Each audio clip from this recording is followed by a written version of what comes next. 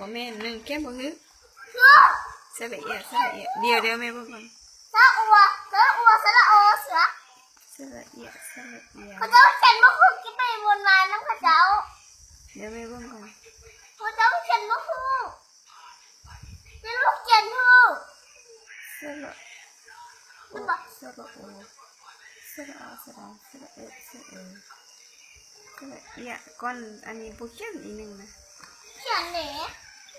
แม่เนี่ยเบิ่งอันนี้ไม่ได้เขียนได้อันนี้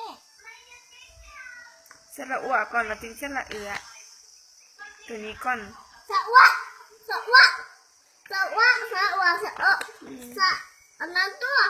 ลูกไอ้แม่เราเขียนว่าเป็นไปตามใจเขาเจ้าลูกเขียนบ่ฮึก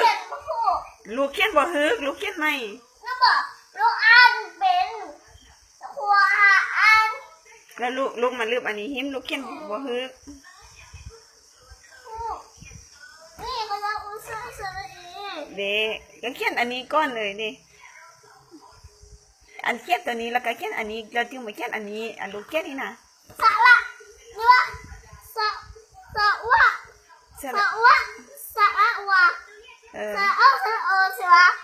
สระอัวสระเอือมันเนี่ยสระอัวก้อนเขียนมาคือ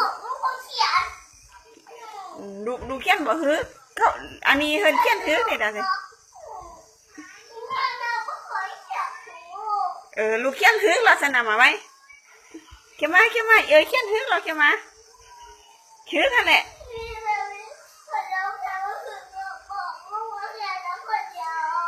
เขาเจ้าเขียนบ่ฮึกเนี่ยลูกขันเขียนฮึกเขียนมา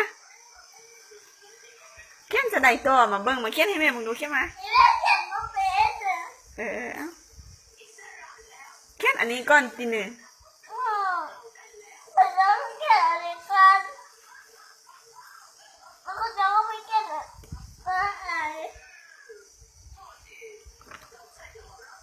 ตัวเองเขียนหัวฮือฉันลุงยังบ่มีอันนี้ฉันนะมึงแม่จะให้เบิ่งอันนี้ลูกคือบ่มีอันนี้นะอันนี้นะแม่มันก็มีอันนี้นะฟังก่อนแม่จิบอกให้ฟังหนึ่งเขียนอันนี้ก่อนสั่นแล้วแม่จะนั่งเขียนว่าคือเขาเจ้าเขียนบ่ฮืออ่ะ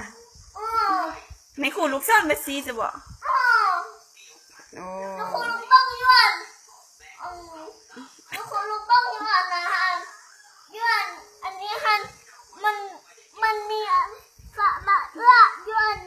เนี่ยมันมีเส้นวัวอยู่เนี้ยแล้วลูกคือบ่เขียนตัวนี้ก่อนฉันนะลูกยังเขียนตัวนี้ก่อนเนาะ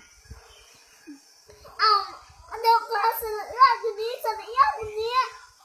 มันสระเอื้ออยู่นี้สระวัวอยู่นี้แล้วคนที่เขียนสระวัวอยู่เด็ก